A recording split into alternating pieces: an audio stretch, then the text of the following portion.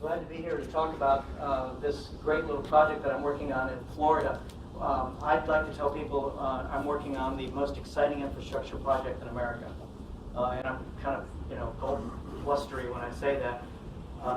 But I believe it's true because with a couple of exceptions, and there's never any truth anymore totally, but no one's tried to do it where we've done it in maybe 100 years or so. Now, I say exceptions because in the 70s, folks may recall some guy named Gene Garfield started something called the Auto Train, which goes from Northern Virginia down to Sanford, Florida. And that was a private operation in its early years. And he actually started two. He started one from Virginia to Florida, and then he did one from Kentucky to Texas. That didn't make any money at all. It didn't last long. The one in Florida was cleaning up, making a lot of money. Then he had an accident. He had a derailment. It was pretty bad, and his insurers said, we're done. So he had to fold up, sold it to Amtrak. So Amtrak's running it today. And it's still, I think, a pretty cool product because I've taken it a lot, especially since I lived in Central Florida. And so that was private. But for us, interstate passenger rail is, as we all know, went out of business in the 60s and 70s. Amtrak was born, and so we're trying to bring it back where it makes sense, and it's got to make sense because Amtrak has a role that I think needs to stay in this country. Amtrak has a very important role in our national rail network, but we think we can bring a product that makes sense in certain corridors. So I'm going to get the clicker. Hold on here. And start with a little video, and then let me start one thing first. I just want to mention Florida. There's the map of Florida. So in 1896, a guy named Henry Flagler decided he would build a railroad, started building a railroad all the way from Jacksonville, that actually went all the way to Key West by 1910. And Flagler was John D. Rockefeller's partner, actually the finance guy behind John D. Rockefeller and Standard Oil. And so he moved to St. Augustine. He was tired of New York, I guess, and had $1 gazillion like Carnegie and all those people in Rockefeller. And he started buying these little short line railroads and put them together. And then he built a hotel in St. Augustine called the Ponce de Leon, which still exists as Flagler College, and then kept bringing his railroad south. And by 1896, he was in Miami. So actually started in the 1880s in Jacksonville. By 1896, he was in Miami. Built hotels along the way, had almost a dozen hotels. Ended up in Miami. Population 500. The largest city in Florida in those days was Key West, population 18,000. The next largest city was Jacksonville, population 17,000.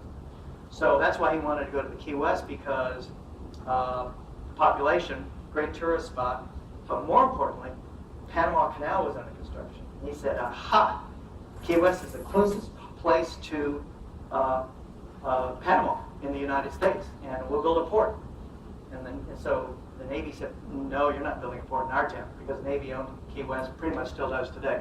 And so he turned it into a tourist thing, and he actually marketed train travel from New York, his New York sales office, all the way to Havana. And you could take a train to Key West in your sleeper car, and it would roll off the tracks in Key West onto a ferry.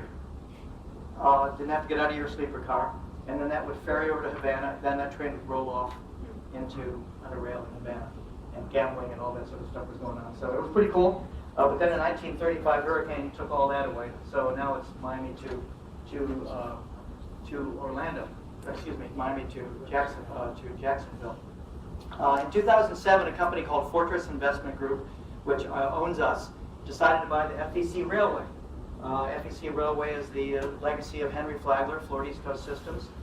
He had freight and passenger, and his passenger went out of business in '68. And so Fortress bought the New York equity firm, we know what they do, bought the railroad and said, okay, now what do we do with it? Let's grow the freight, of course. Let's make it more efficient. It wasn't losing money, but it was, FEC used to be considered a Class 1 railroad by its revenue, but now it's Class 2. And so, literally, it's almost sitting around the conference table, what do we do with this railroad? Back in the napkin, you think we could put passenger rail back on this railroad? I don't know, let's check it out. So they started doing some studies, ridership studies, some marketing studies, and basically looking at the travel between Orlando and Miami. And we found that there are about 500 million trips that go between Central and South Florida. So that's the 3 counties in South Florida: Fort Lauderdale, West Palm, Miami, and Orlando. That's a significant number of individual trips that go back and forth. And why is that? Well, you know, Orlando is the most visited city in America, and probably the state of Florida is the most visited, I would imagine. Las Vegas may argue with me on that thing, but I think we win. And so really, in the single digits percentage capture of that 500 million, we felt that we could make an operating profit on a passenger railway. What makes it so significant, and why we think this corridor is important and viable and sustainable, and it's very important to keep saying that we're making something that we're not going to ask anybody for any subsidies for. And I joke, if I walked in the Florida legislature and said, gee, we need a little subsidy to keep going, they'd probably laugh me out of the room. But we said that we have to make it viable. So it's the tourism that really makes this an interesting corridor. It's the tourism market in Florida. When we did our ridership studies, we determined that about 70% of our customers will be tourists. So that's totally flipped from what you might find in the Northeast corridor between DC and New York, right? We're getting a fair amount of business travel in South Florida, of course, you would imagine that's true. And there's a fair amount of business travel between Orlando and Miami. But tourism is what it's all about. And the other thing what makes it important is our marketing department and our marketing skills and our marketing and our ability to do partnerships, and we're doing that now. So we decided that let's take a run at it. Let's do it. You know, let's build it. And Fortress was confident enough to make the investment. And here we are. So I'm going to show you a short little video. The way that works, I have to really show you. Say hello to the open track, to the freedom to move, to high-speed intercity rail service, to the first privately funded rail system in the U.S. in more than 100 years. Say hello to the business professionals, to the nightlifers, the dreamers, the adventurers. Say hello to the day trippers, to the last-minute field trips, to meaningful connections, to America's solution to traffic. Downtown Miami to downtown Fort Lauderdale to downtown West Palm Beach in about 30 minutes each for less than the cost of driving. And soon, Orlando and Tampa. Say hello to all the luxuries and amenities of first-class travel. And the freedom to actually get where you need to go. To a dynamic energy. To people and places you care about. To transforming downtown real estate. Say hello to a formula that can be replicated across the country. Atlanta to Charlotte, Dallas, Austin, Houston, San Antonio, Los Angeles to Vegas, Chicago to St. Louis. And say hello to the future of express intercity travel in America. Say hello to Brightline. You're one of the first to see this video because we just finished producing it a couple weeks ago. Turn this back on. So hope you enjoyed that. You noticed that the end with all the connections around the country, and we're really seriously looking at that opportunity. Even though we're still building out to Orlando into Tampa, we feel that we're at that stage now where we can try and make this a national brand if we can. We have proof of concept, and so we're operating trains between Miami and West Palm Beach right now. We launched our what we call kind of a soft opening in January of this year, just between West Palm and Fort Lauderdale. The stations were done, the train sets were in, the tracks were done, quiet zones weren't in yet, but we got them in. And Miami was still under construction because it's so big. So we said, well, let's start running trains. Actually, we invited Bill Schuster, the chairman of the T&I committee, to come down, and he did. I got another great video with him on it, but I'll skip that. And we had our opening. And then we opened Miami in May 19th, day before my birthday. And Schuster came down again. He had 2 co-downs. And so we were really thrilled, and a great grand opening. The first day, train was sold out, as you might expect. And we've had great response since then. Ridership has been really improving every month, which is interesting. We started the service in the slow season in Florida. I mean, Florida's got seasons, right? Half your constituents and friends up here are going to be heading south soon if they haven't already. And so for the winter, so so nothing goes on in South Florida or Orlando pretty much in the summertime in terms of the boat shows and stuff like that. And all that's starting to ramp up now, art shows and things like that. So we're really looking forward to the opportunities this season to see how that ridership really goes.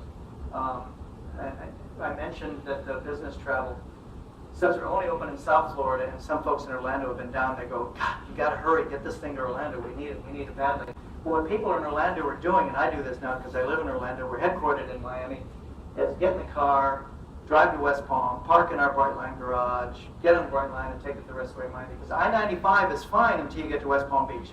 Then it's just, forget it. And so what should be in a 1 hour ride takes 2 or 3 hours. Average speed down there is about 34 miles per hour on the interstate. We're really thrilled with what we're getting. So this is our central thesis that I talked about, and where we think we can make this work, and that's the too long to drive, too short to fly corridor. And that's exactly what we have in Central Florida. I flew in yesterday to Chicago and took the Hiawatha. I've never taken that train. That was fun. That's one of those corridors, I think, that is too long to drive, too short to fly. And so a corridor like that is where it makes it work. Atlanta, Charlotte, the others, some people may be aware, some people not, but about 2 or 3 weeks ago we announced the acquisition of all the assets and the corridor rights to build the Las Vegas to Los Angeles route. And so that's a project that's been around for about a decade. They've been having trouble getting financing. The route is really problematic because it stops sort of in a desert city called Victorville, where few people live. They got to get to Los Angeles, or at least as close as possible. And they started out doing a maglev version, I think, and then they switched to electric. And we said, no, we're going to use our technology. We can still go 125, which is not too bad for that corridor. And Siemens tells us they can. Anybody here from Siemens? I thought I saw someone Siemens on this list. They couldn't make it, but they are a vital partner. They tell us so they can make the train go faster. So we want to do conventional because it's easier to use other corridors and to build it, and it's cheaper to build it. So we're going to take a crack at Las Vegas and try to get up to Palmdale, connect with the Metrolink. We're talking to North Carolina and Georgia and South Carolina. Got to go through there about that route. Don't know if we'll get anywhere, but there's a great interstate corridor, and Norfolk Southern runs through there. Talking to the freight companies is hard. Amtrak will pay you that, but try to get access to them. But we're working on it. But we think it works in corridors like this. We have a couple people in this room I've seen have been in South Florida, ridden our trains, and hopefully you agree with me. The luxury that we've put into our trains is pretty phenomenal, and so we're really proud of the product. We had a CEO. Our original CEOs were from Disney, so you're going to find a couple of things. Customer service is very different, and of course the product. We were really interested in every aspect of the product, down to the Wi-Fi and just the amenities in the train. And we have a cart that goes up and down the aisle like an airplane. They serve food and drink. It's funny, in Florida they had a Florida statute that said that on passenger rails you can only serve liquor in miniature bottles like in the airplane. We said, well, we can't have that because when we get to Orlando, we're going to have a cafe car. A 3-hour ride, you might as well sit down and order a meal or something like that. We didn't want to be pouring drinks in a little miniature. And the cost per unit is obviously much higher. So I had to go to the Florida legislature and get them to change the law. Getting a liquor bill passed in any legislature is difficult, but we got it done in one session, so now we can use full bottles. And so stuff like that, we'll have that cafe car when we get to Orlando. Right now we just have the carts going up and down the aisle. If you're in first class, which we call select, it's all free, just like in airplanes and the smart. We're going to make you pay, but for the drink, not the cokes. But and we don't charge change fees and things like that. So we actually have a third service. We call it Smart Plus. So it's in the middle. We just launched it a few weeks ago. And early boarding, we're following that type of thing. This is, for Floridians really to look at, but our economic impact already has been astounding in South Florida where we've built our trains. We've had transit-oriented development, not only what we're building, and I'll show you what we're doing, but the TOD around our stations in all 3 South Florida cities is phenomenal. Where we're changing parts of downtown, parts of urban centers in South Florida that have been forgotten, and we're rebuilding these urban centers. So we're bringing a lot of jobs to Florida, and those are just construction too, and to our GDP. This was on the video. This is a picture of the platform in Miami Central. We call Miami Central, where the train pulls in. We have 3 tracks, and we're having Tri-Rail, which is our commuter rail, come into our station. So Tri-Rail, our commuter rail, which runs to the west of us, not a great location, more along the interstate, it's been running for about 25 years. They have never been able to go downtown. They had no tracks because they used CSX tracks. They couldn't use ours. And so they go to the airport. Finally, after 20 years, they finally got to the airport in Miami. So when we started building this, we noted that the Tri-Rail tracks in North Miami were only about a mile apart from ours. And so we said, we got with Florida DOT, got a little Tiger grant. We actually got a Tiger grant. And so who gets those? And so connected that rail up in North Dade County, so Tri-Rail could move over under our tracks. So now starting next year, every other Tri-Rail train will peel off. One will go to the airport, and one will go downtown into our station. We really redesigned the station so commuter rail can come in here. A $60 million change order is what it was to redesign the station and allow for Tri-Rail to come in. Now we made them pay, but we did that. And so it worked out really, really well. So now we're intermodal with a commuter rail. We have a metro rail. You get off our train, you'll take the Sky Bridge. You won't have to leave the ground. You won't have to touch the ground. Sky Bridge to the metro platform. And then we have a people mover, which you saw in that video moving around, which is all free and it loops around downtown. Intermodalism is very important to wherever we go, and so we're excited about that. We just opened this Brightline headquarters in Miami Central in May. It's 250,000 square feet. We're going to have 20 restaurants. The restaurant portion starts opening in December of this year. 20 restaurants on the second floor and a bunch of retail on the first floor. It's a beautiful modern building that is really striking to look at. And this is one of the waiting lounges. All the waiting lounges are very similar in all the stations. So there's electric outlets everywhere. You can't sit anywhere without having an electric outlet in the station. And the Wi-Fi is seamless. You go from our station on our Wi-Fi, which is all free, walk onto the train. You haven't had a blip in the signal. It's all the same. And the Wi-Fi is very, very good. This is an actual interior shot of the station going up the escalators. That's a column, a support column, that Brightline thing, hold the building up. And we had a couple of million little light diodes in there, and we built this so that screens changes, videos, and things like that. Our Central Fair food hall is down that way. That picture is when it's still under construction. This is the Fort Lauderdale station. Our suburban stations, or non-Miami stations, I should say, are 60,000 square feet. So we don't have a lot of interior like we're doing in Miami. But they're very modern and very convenient to everybody with a parking garage. First class car, we say we have the most innovative train in America. We are ADA compliant everywhere. I don't have a picture of it. We're proud of our bathrooms. They're really cool bathrooms. But it's kind of weird.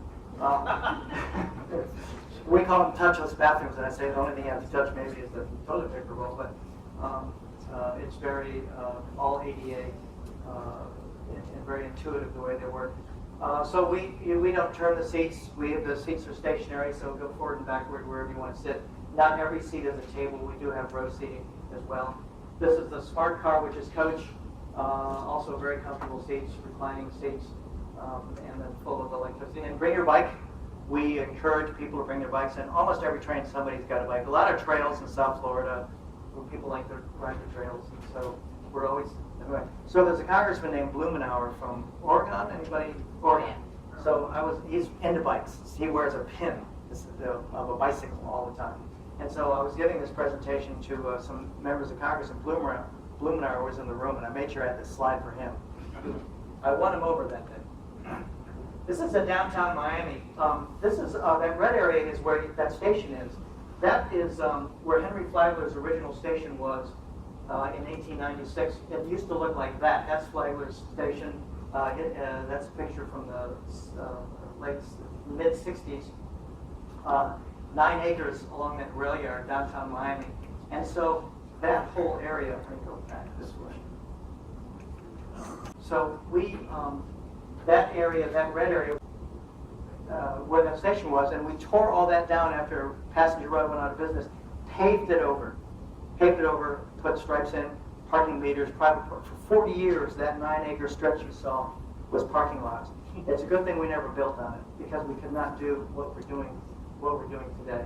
And so, I did go backwards. Hey, great. And so that area is now grown to 11 acres because we have that red spot in the left corner, and we extended our footprint kind of this way a little bit.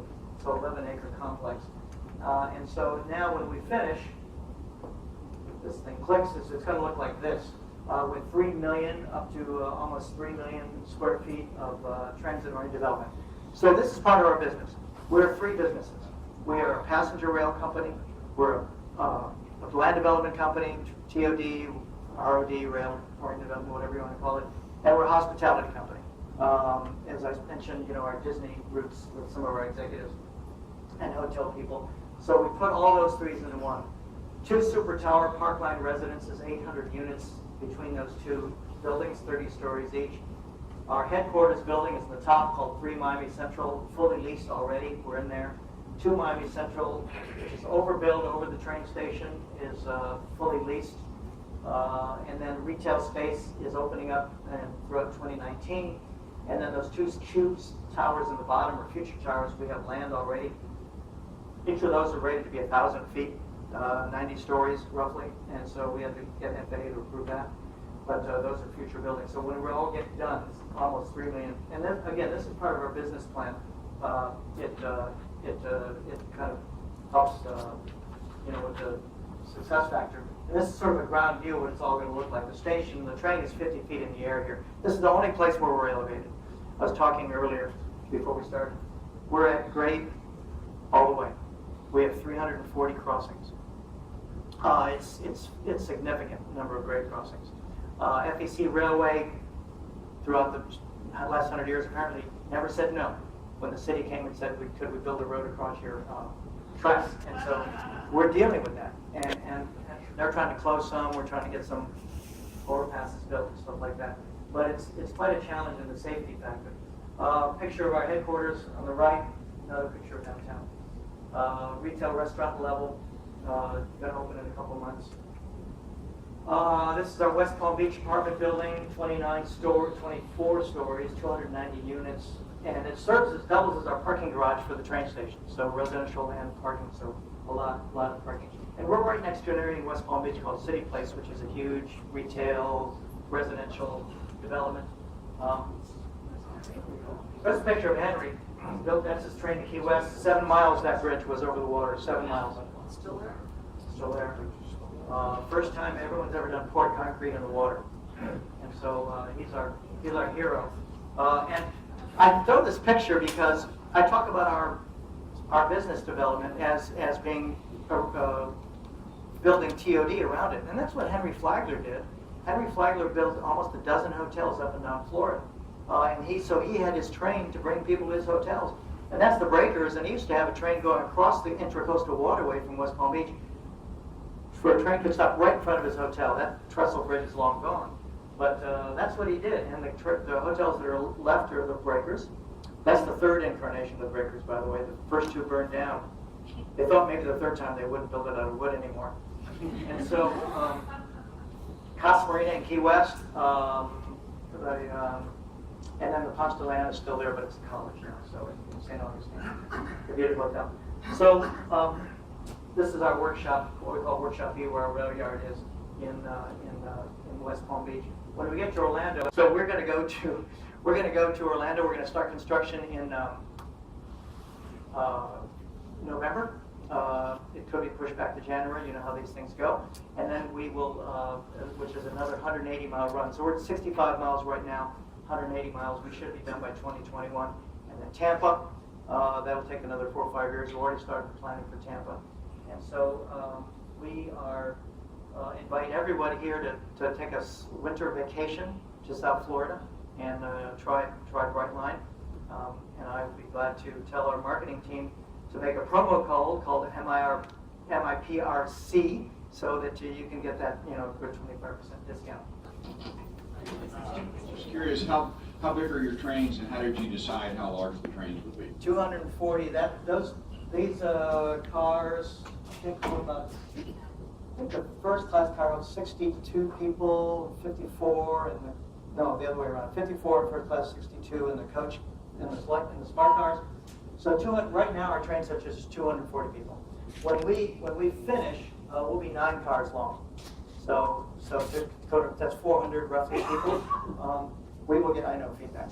So we keep the 2 locomotives on either end. So we don't have a roundhouse or anything like that. Just go back and forth. A couple of reasons why we do that. I suppose it's for the power push, but also if we have a breakdown, it's kind of hot sometimes in Florida. So keep the air conditioning running. And so that's what we. That actually picture UP is towing us from California. They're made in California. Funny story.